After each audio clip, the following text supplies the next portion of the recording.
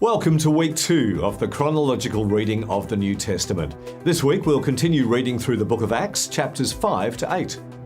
This section of Acts starts with the rather sobering story of Ananias and his wife Sapphira. Some of the people from various parts of the world had remained in Jerusalem after accepting Jesus as their Messiah.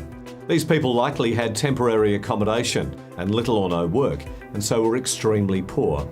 To address this situation, some believers, who had more than they needed, sold property and gave the proceeds to the apostles so it could be distributed to those in need. Those who sold a piece of real estate did so as part of a voluntary act. There was no command, pressure, or expectation. This means that Ananias and Sapphira's act of embezzlement and deception was pointless. However, they persisted in lying to the Holy Spirit, thus blaspheming him, committing what the Apostle John refers to as the sin that leads to death, and that's what happened. God acts quickly against their scheme of attacking Jesus' fledgling church from the inside, an act that is paralleled in the Hebrew scriptures of Achan's sin in Joshua chapter 7. Acts 5 also speaks of the church's continued practice of getting together in large celebrations as well as small groups. All the believers, thousands of them, met together in the part of the temple court known as Solomon's Colonnade, a covered area that was popular for public lectures and discussions. They also met in small groups in each other's homes. These gatherings included the ingredients found in most church meetings today: prayer, teaching, worship, and communion. In their homes, they would also eat together. Acts 5:34 introduces a man named Gamaliel.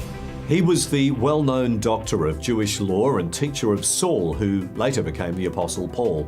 Just like Jesus did at the age of 12, Saul would have sat at the feet of the doctors of the law, hearing them teach and asking questions. The teachers would sit on high chairs, so the students would literally be at their master's feet. Gamaliel was the son of Simeon, possibly the same Simeon as mentioned in Luke chapter 2, verses 25 to 35, who recognized the infant Jesus as the Messiah. Gamaliel was also grandson of Hillel, the representative of the best school of Pharisaism. Acts 6 introduces the church's first internal problem. Growth always brings challenges, and it's how they're handled that is of utmost importance. The apostles handle it well by appointing team leadership to help them with the work of the ministry. The people choose the leaders, and the authority is conferred by the apostles.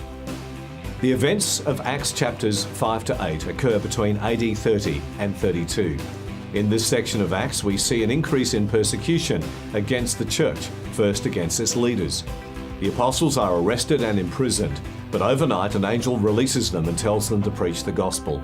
Upon hearing of this, the captain of the temple guard and the leading priests were perplexed, wondering where it would all end. Of course, today we know the answer to this question. On day 1, the church grew to over 3,000. Today, it's over 3 billion. After the death of Stephen, the first martyr, the entire church is persecuted. As a result, believers in Jerusalem were scattered throughout Judea and Samaria, and they gossiped the gospel wherever they went. May I encourage you to do the same. This week, pray and look for opportunities to share something of the good news with others, and enjoy reading Acts chapters 5 to 8.